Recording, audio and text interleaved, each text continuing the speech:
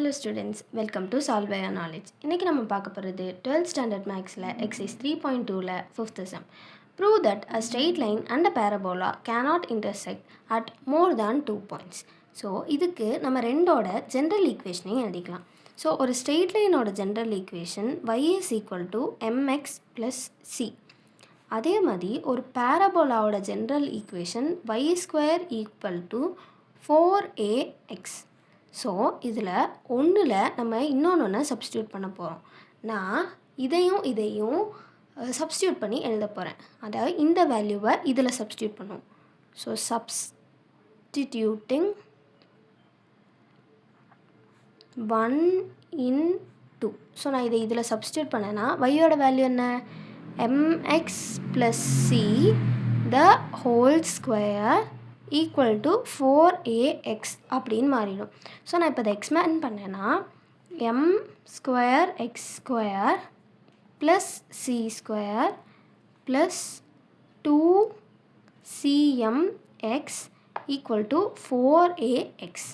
So நான் இந்த 4ax இந்த சைட் கொண்டு வந்து எழுதுகிறேன். அப்போ என்னாகும்? m square x square plus 2cmx minus 4ax plus c square equal to 0. So m square x square plus 2cm minus 4a x காமனாக வெளில எடுக்கிறேன் plus c square equal to 0. So இது வந்து x square, அதில் xயில் ஒரு quadratic equation. So this is a quadratic equation on x. இதில் where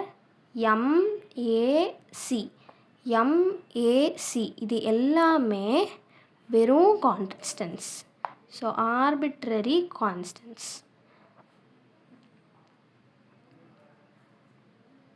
so arbitrary கான்ஸ்டன்ட்ஸ்னால் இதுக்கெலாம் ஒரே ஒரு வேல்யூ மட்டும்தான் இருக்கும். அது நம்மளுக்கு அசைன் பண்ணியிருப்பாங்க.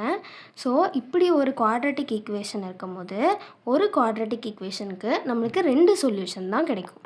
So this implies this has 2 real solutions.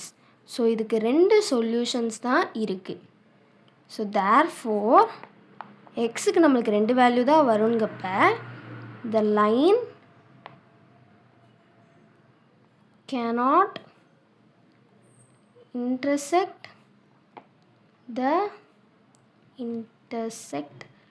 the parabola at more than 2 points. So 2 value மட்டும்தான் வருங்கிறனால 2 பாயிண்ட்டுக்கு மேலே அதனால் இன்டர்செக்ட் பண்ண முடியாது.